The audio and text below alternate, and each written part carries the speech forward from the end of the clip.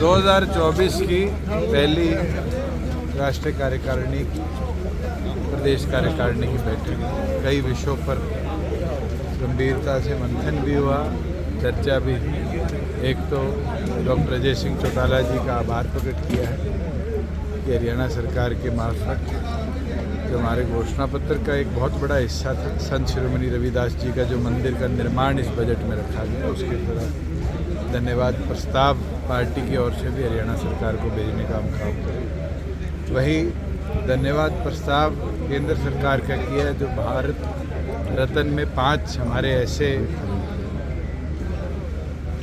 महानुभाव जिनने देश सेवा में अपना समर्पण किया, जो पिछले दिनों में दिए गए हैं। और उसके साथ ये मांग भी हम लिखित में भेजेंगे कि स्वर्गीय काशीराम जी को और स्वर्गीय चौधरी देवीलाल जी को भविष्य के अंदर भारत सरकार भारत रत्न से सम्मानित करने का बूथ सखी बूथ योद्धा पे जो कार्य हुआ है उसका विवरण भी दिया गया और एक हफ्ते में उसको कैसे और गति के साथ कोड ऑफ कंडक्ट से पहले कंप्लीट किया जाए उसके आदेश दिए गए। और मैं उम्मीद करता हूँ कि टाइम बाउंड मैनर के कि बूथ लेवल पर पार्टी का प्रचार है उसको लोकसभा चुनाव को लेकर क्या कुछ निर्णय, उसके लिए एनडीए से चर्चा करने के लिए 5 सदस्यीय कमेटी डॉक्टर अजय सिंह चौटाला जी ने बनाई है। वो 7 दिन के अंदर चर्चा कर अपनी रिपोर्ट पीएसी को देगी। बैठक के बाद पीएसी अंतिम निर्णय। तो लोकसभा कितनी सीटों पर तालमेल बन सकता है?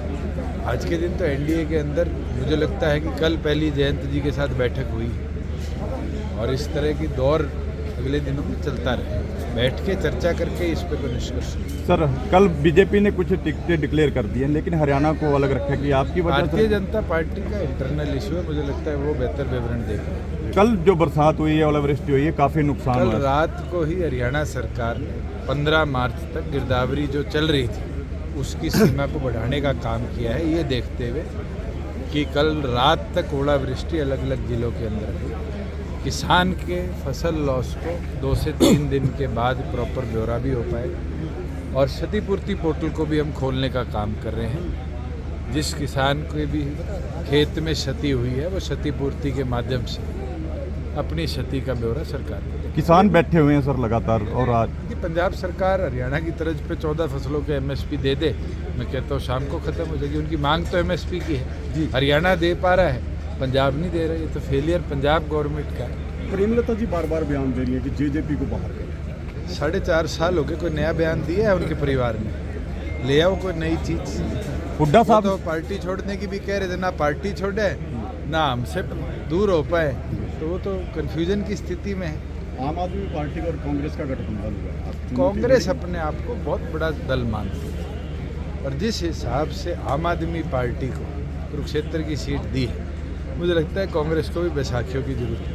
एक नया फार्मूला है, क्या चर्चा ये है कि कैंडिडेट जेजेपी का होगा, चुनाव चिन्ह कमल का होगा। मैं ये मानता हूँ कि जननायक जनता पार्टी जो है वो चौधरी देवीलाल की सोच को कमजोर नहीं। सर, एक हुड्डा ने